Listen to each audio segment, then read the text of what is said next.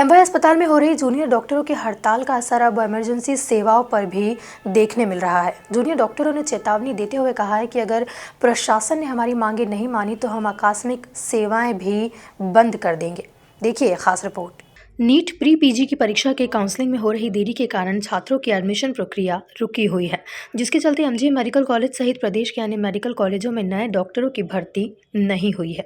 इस वजह से मेडिकल कॉलेज में कार्यरत चिकित्सकों पर काम का दबाव बढ़ रहा है, जिसको लेकर एमवाई अस्पताल में जूनियर डॉक्टर कई दिनों से हड़ताल कर रहे हैं। इसी को लेकर एमवाई अस्पताल में जुड़ा द्वारा जरूरी सेवाएं बंद कर दी है। जुड़ा ने प्रशासन को चेतावनी देते हुए कहा है कि भर्ती प्रक्रिया को लेकर प्रशासन हमारी अनदेखी कर रहा है। इस पर प्रशासन ने जल्द ही फैसला नहीं लिया तो आकस्मिक सेवाएं भी बंद कर दी जाएगी। जी बिल्कुल। देखिए, अभी तक तो कोई इतना जो है ठोस कदम नहीं उठाया है गवर्नमेंट ने। उन्होंने बस एक ऐसा एक लेटर रिलीज़ किया था कि जो है काउंसलिंग की प्रक्रिया को जल्दी किया जाए, बट अभी तक ऐसा कोई जो है रिटन लेटर नहीं मिला है हमको।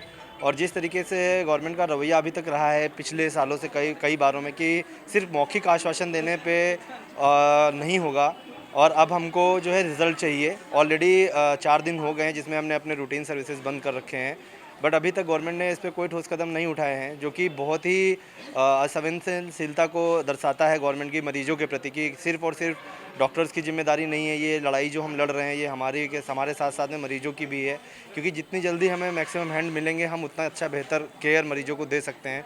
बट सरकार कहीं ना कहीं इस चीज़ को लेके उतना संवेदनशील नहीं दिखती है, क्योंकि आपको पता है कि जब कोविड आया उसके बाद हमें उसके बारे में नहीं पता था। हम बहुत मुश्किल से उसका सामना किया और 2 वेव्स उसको झेला, बट गवर्नमेंट अभी भी उससे कुछ सीख नहीं रही है।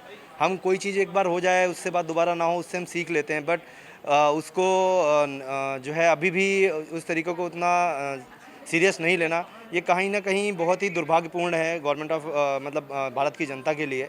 तो मैं तो बस यही चाहूँगा कि इस मामले को जल्द से जल्द सुना जाए और जल्द से जल्द कोई हल निकाला जाए बीच का। अगर नहीं होता है तो जो प्रक्रिया काउंसलिंग की है आप उसको पिछले सत्र के हिसाब से जाने दीजिए। ईडब्ल्यूएस के कोटा आप अगले साल से लगा सकते हैं, या उसकी जो सीट्स हैं उनको आप उन सीट्स पे रोक के रखिए और आगे आने वाले बच्चों को बट काउंसलिंग की प्रक्रिया शुरू करिए, क्योंकि काउंसलिंग एक बार में नहीं होती है।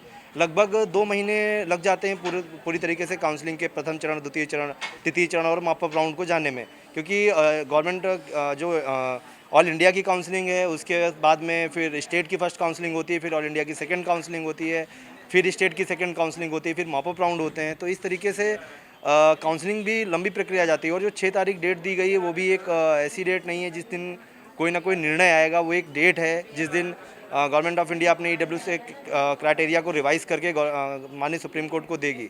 तो मेरा यही कहना है कि जब तक अगर नहीं होता है तो वो नॉन एकेडमिक जेआर, जैसे कि महाराष्ट्र ने और राजस्थान ने नॉन एकेडमिक जेआर की पोस्ट रखी है जिसमें हम लोगों को मैक्सिमम हैंड मिल रहे हैं। जिस तरीके से आपको पता है कि कोविड की थर्ड लहर आने को है, बट फिर भी हमारे पास कोई तैयारी नहीं है। सिर्फ कह देना कि हम तैयार हैं, ये कहाँ तक जस्टिफाइबल है? नहीं है, बिल्कुल नहीं है। आंख बंद करने से अंधेरा नहीं होता है, ये चीज़ गवर्नमेंट को देखनी पड़ेगी।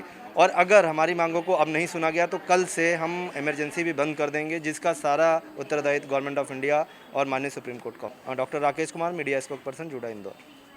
गौरतलब है कि जूनियर डॉक्टरों की हड़ताल से एमवाई अस्पताल में स्वास्थ्य सेवाएं चरमरा रही है, जिसके चलते मरीजों को काफ़ी दिक्कतों का सामना करना पड़ रहा है। Bureau report, MP news TV, Indore.